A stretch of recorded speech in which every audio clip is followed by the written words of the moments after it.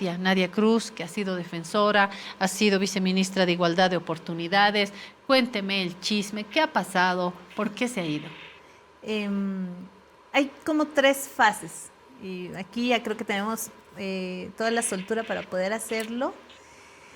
Eh, en lo administrativo creo que lo que puse en mi carta, ¿no? Yo no cumplo un rol, un perfil político de esos que se pueden llevar todo encima, no, yo no lo cumplo. Pero tuvo momentos en los que sí se le pidió ser una actora más política que viceministra como tal. Sí, claro, claro que sí. Y ahí viene el chisme, A como ver, dicen, a ver. pero no es la razón fundamental. Ujú. Cuando sale el caso de estupro fue una de las razones más. Estamos Hay, hablando de Evo Morales, de Evo obviamente. Morales, sí. Cuando sale el caso, al día siguiente, en la mañana, 6 de la mañana aproximadamente, lo que te voy a pedir es no dar nombres, eso sí no quiero Bueno, hacerlo. bueno, Si tengo que responder, lo voy a hacer, pero prefiero no hacerlo ahora. bien. Y yo digo a la persona que me llama o que llama y les digo, me dicen, hay que buscar apoyos. Yo dije, claro, le digo, pero le digo, yo ya he sondeado un poco cómo está, cómo es la percepción ahorita en muchas compañeras feministas. No las, o sea, les digo de las duras, ¿no? De las que llevan años y años en este tema y que tienen realmente una voz muy fuerte. Eh, y les digo, y hay una suerte de sensación de que hay un uso político de ese tema, de que si lo han dicho con esos términos, botín político. Y yo dije, habría que tener cuidado. Y me dicen, no, hay que explicarles que ese tema es muy delicado, que los niños, digo, y eso es claro, nadie puede estar en contra o nadie puede estar a favor de estupros, a favor de impunidad, a favor de violencia en contra de niñas. Nadie, es de locos eso. Entonces le digo, o sea, no, nadie, o sea, en el tema de fondo nadie está de acuerdo, o sea, todos dicen que se investigue, que se haga justicia y demás, pero es el momento en que se lo usa. Y le digo, pero ¿saben qué? Pásenme información, Sobre el caso. pásenme el caso para que yo pueda revisarlo y a partir de eso pueda explicar realmente qué tan cierto, qué tan no cierto, qué tan fuerte es este tema. Me dicen sí primero y nunca me pasa nada. Después tengo 3 prohibiciones, las famosas 3 prohibiciones para que yo pueda referirme al tema. Incluso en una de las prohibiciones, además de llamarme por teléfono, hay unas personas, yo estaba en un evento en el Coliseo Cerrado, en La Paz, de adultos mayores, y eso se ve en cámaras, hay personas que vienen y básicamente están controlando lo que iba a decir, lo que no iba a decir. Yo dije, bueno, están de ¿Vigilada loco. como viceministra? Yo creo que sí, lo sentí un poco así, tal vez la inexperiencia de la gente, no lo sé. Y dije, bueno, perfecto. Y yo dije, a mí me han dicho que no voy a hablar del tema, como no me dan insumos, no me ¿El dan el ministro sigue caso. siendo Iván Lima en este No, momento? ya no era el Ya no, ministro, no. ya no. Entonces yo dije, bueno, perfecto, no digo nada.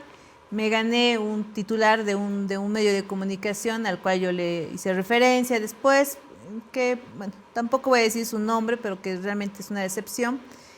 Y dije, bueno, está bien, no hay problema, yo no digo nada. Y el 9 de octubre, tampoco te voy a decir qué alta autoridad me dice, ¿y usted por qué no ha dicho nada? Es una barbaridad que la viceministra de Igualdad de Oportunidades no diga nada. Y yo, franca y sin ningún rollo, les digo, pues a mí me han prohibido que digan cualquier cosa.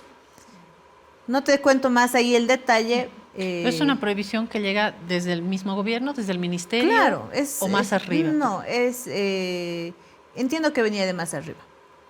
Pero como digo, no quiero dar nombres. Te puedo decir que todas son autoridades. O sea, viene de autoridades. No es que algo viene de...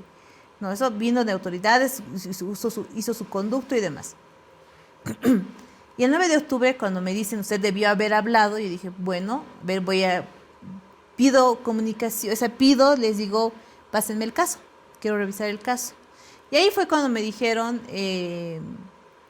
que yo debía repetir, o sea, básicamente era repetir un libreto, que yo ya tenía lo que estaba saliendo en medios y que con eso yo debería hablar de la protección, la generalidad. Y incluso yo fui un poco sarcástica, dije, bueno, si yo voy a hablar de protección de niñez, te puedo dar una cátedra en protección de niñez.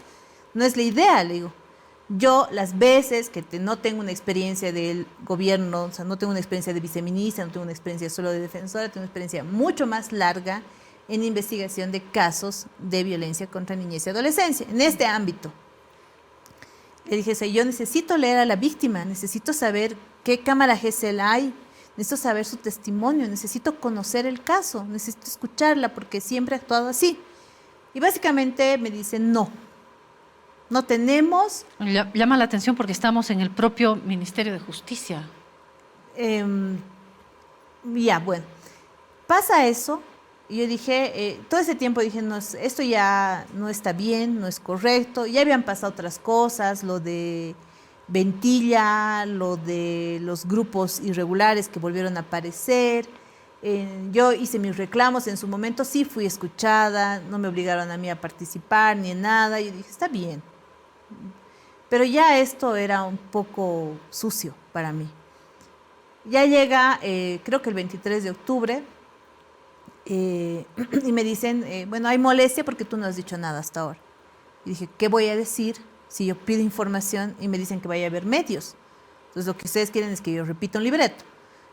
Y me dicen, bueno, es que ese es un momento político. Aquí es blanco o negro, ganar o morir. Y en este caso, pues hay que jugárnoslas y eso fue así fue como que la última señal donde me dicen, además esto era conocido y era sistemático en esos términos. Y yo le respondí y le dije, bueno, yo no he sido del entorno, yo no he sido ministra o ministro de Estado del expresidente. Yo no he sido parte de sus gabinetes, yo no he viajado con él, yo no he estado cerca para que ustedes me digan que esto era público, era sistemático, o sea, para que digan que yo le haya conocido. Y le dije a esa misma persona, y usted y los otros que han sido parte de los 14 años debieron haberlo denunciado, porque si yo hubiera estado en sus lugares, yo no me hubiera callado y yo lo hubiera denunciado.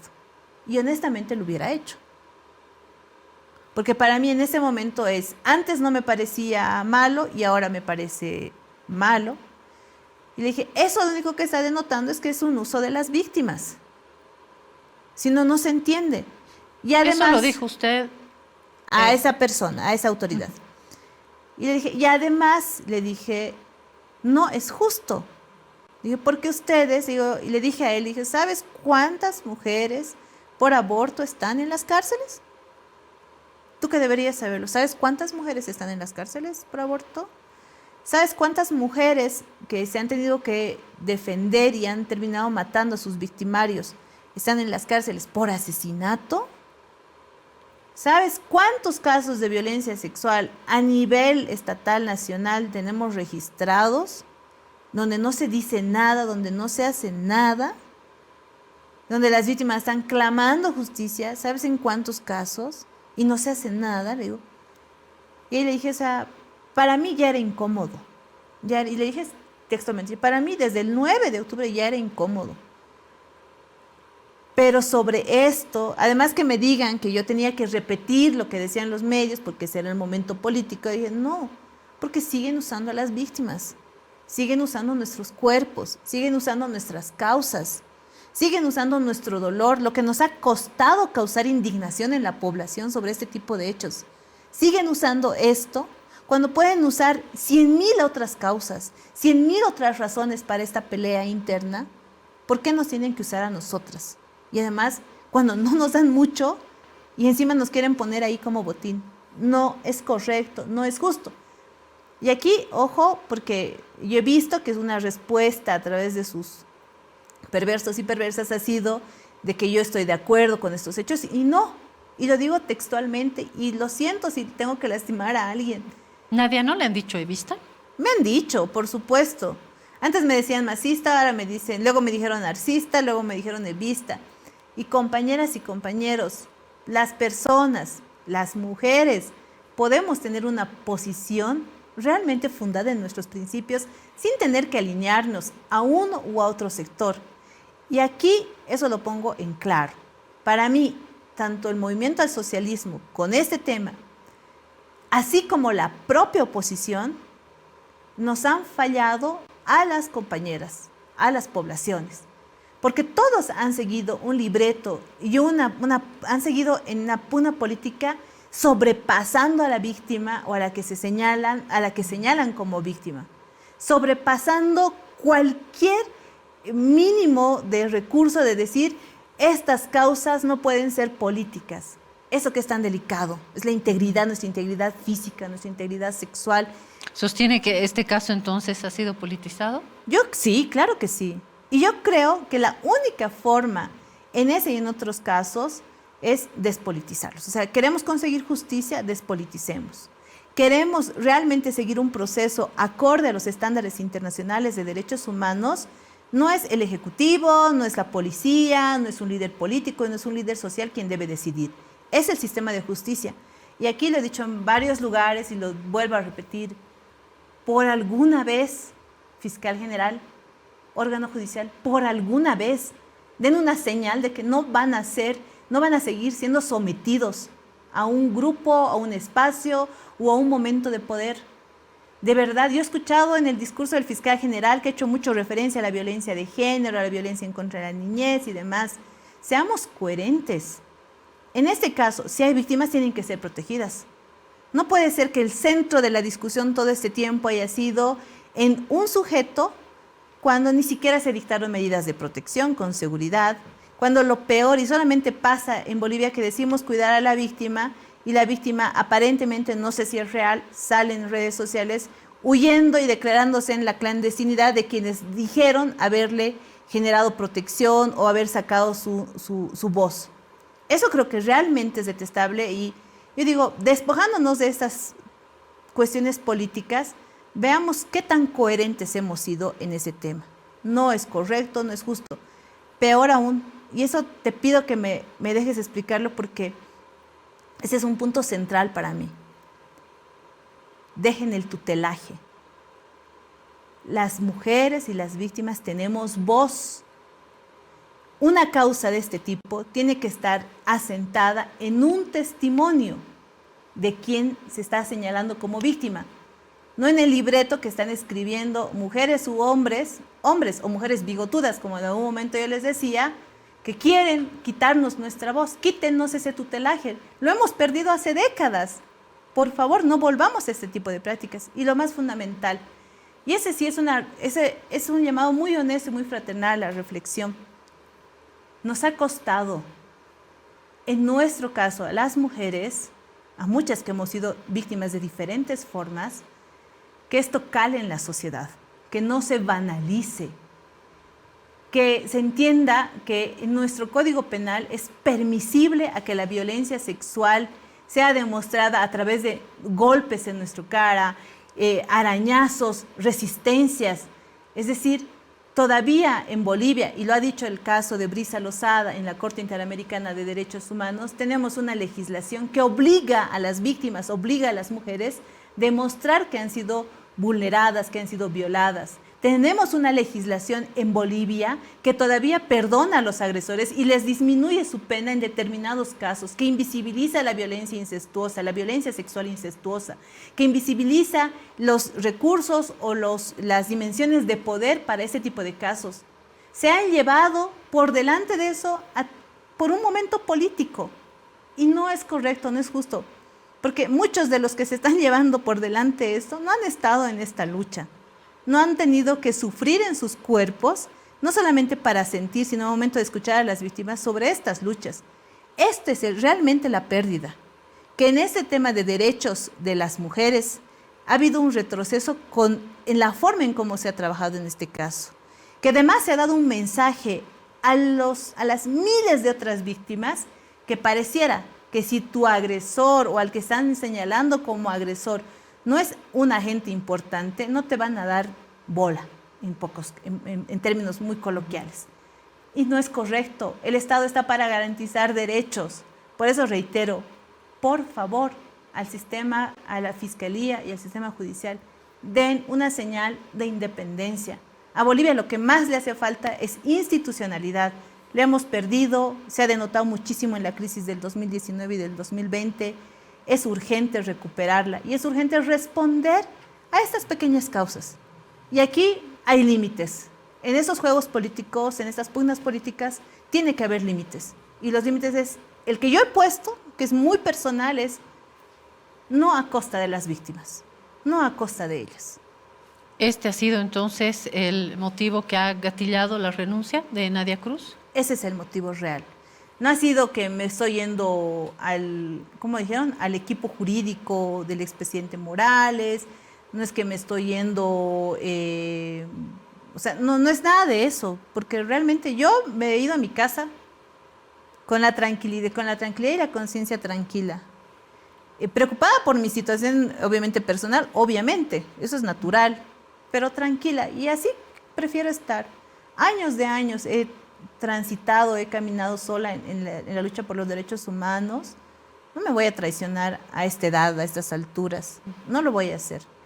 Porque realmente creo, y todavía me escriben muchas compañeras, compañeros, pidiendo un consejo y demás, no les voy a fallar. Así sea uno, sean 10 o sean miles, no les voy a fallar, no voy a hacer eso. Un cargo no lo vale, realmente no lo vale. Hablemos de derechos humanos, Nadia. En la introducción a este programa hablaba yo de la violencia física, pero hay también violencia económica, hay violencia simbólica. He repasado algunos casos últimos. Agresión al abogado Nelson Cox en Cochabamba, cuando despiertan los jóvenes de la resistencia juvenil Cochala, agreden su vehículo. La agresión, hasta donde tenemos información, también a los vehículos de Evo Morales, aunque el ministro del Castillo también dice que los disparos comenzaron del grupo de Evo Morales. De ser así, también es violencia, porque quiere decir que el MAS, evista, arcista, se están agarrando a tiros en Cochabamba. Hay agresión de bloqueadores, porque no van con flores, como en el caso hoy de la Asamblea Legislativa. Fueron con piedras, se habla de dinamita, tenso. Y del lado de las fuerzas del orden también hay acusaciones de que no utilizaron únicamente material antidisturbio, sino balas. Hubo denuncias de muertes, de heridos de bala, policías heridos, bloqueadores heridos. Es decir, qué maravilla para los derechos humanos. Esto es también una violación y parte de esta violencia. Violencia física, verbal en la asamblea, cuando las propias mujeres se están agarrando a golpes. Hoy no dejan tomar la palabra a David Choquehuanca y vemos estas imágenes que por supuesto son de una violencia menos intensa que lo que se ha vivido en los puntos de bloqueo, pero forma parte de esta espiral de lo que estamos viendo en los medios tradicionales, en las redes. ¿Y qué de los derechos humanos, Nadia? ¿Hemos sobrepasado los límites? Ya desde la calle le pregunto a Nadia Cruz. Sí, yo creo que la desinstitucionalización todavía es un problema que está generando permisibilidades a que la ciudadanía como tal, peor, estamos hablando de agentes estatales, haga ese tipo de hechos. Mira, cuando pasa el 2019, el golpe o la crisis, como en su momento lo denominamos, esta espiral, tú veías caer a las instituciones, ¿te acuerdas? Legislativo, ejecutivo, electoral. En un caos. Recuperar eso el 2020, el gobierno de Áñez realmente fue el claro ejemplo de una grave violación de derechos humanos, no lo digo yo, no, lo ha dicho la CIDH, el Alto Comisionado y un montón de instituciones. Y en todos hay un común denominador o hay un punto que siempre se lo ha pasado de largo, pero es fundamental en los estados, y es la institucionalización. La gente, si tú ves lo que está pasando en la Asamblea Legislativa, además de indignarle, molestarle, no le va a afectar más, porque está tan distante de la población, tan distante de los problemas que tiene la población, la mujer que está acudiendo a un servicio legal integral municipal y no le atienden, el papá que acaba de perder su fuente de trabajo, es súper distante de esto. Y eso es un ejemplo de desinstitucionalización. Es decir, las instituciones están perdiendo el sur de responder en la garantía de derechos de las poblaciones que confían con su voto, que confían cuando le están pagando el impuesto, cuando la señora que está vendiendo paga un pesito de asentaje. Eso también es una forma de confianza en el Estado. A eso es lo que se está fallando y hay que recuperarlo. Lo otro es que se ha sumergido a Bolivia en dos tipos de esferas o de realidades. Una que es la esfera eminentemente política, que sí es violenta, que es agresiva, que está sobrepasando muchos límites, que en algunos casos está siendo, además de violatoria de derechos, está siendo delictiva, sí. Y tienes otra esfera que todo esto que le pasa no le responde, no le soluciona sus problemas, no le interesa todo este armario que se está desarrollando, porque su hijo sigue teniendo problemas para ir a la unidad educativa porque resulta que el bus que tiene que llevarle no encuentra gasolina, o de los chicos que están en comunidades más alejadas, que han perdido clases porque resulta que los incendios fueron incontrolables, etcétera, etcétera, etcétera. Entonces, esa mirada de mucho más arriba y más reflexiva sí es necesaria. Yo creo que en Bolivia estamos llegando a un límite donde el Estado, todas las instituciones, no estamos teniendo capacidad de respuesta. Y está el Estado en ese momento, en la institucionalidad pública, en una suerte de burbuja. Y no está escuchando lo otro. Y eso en algún momento va a rebasar, yo creo, Claudia, lastimosamente tal vez con consecuencias mucho mayores que te lancen una flor. Y eso es lo preocupante.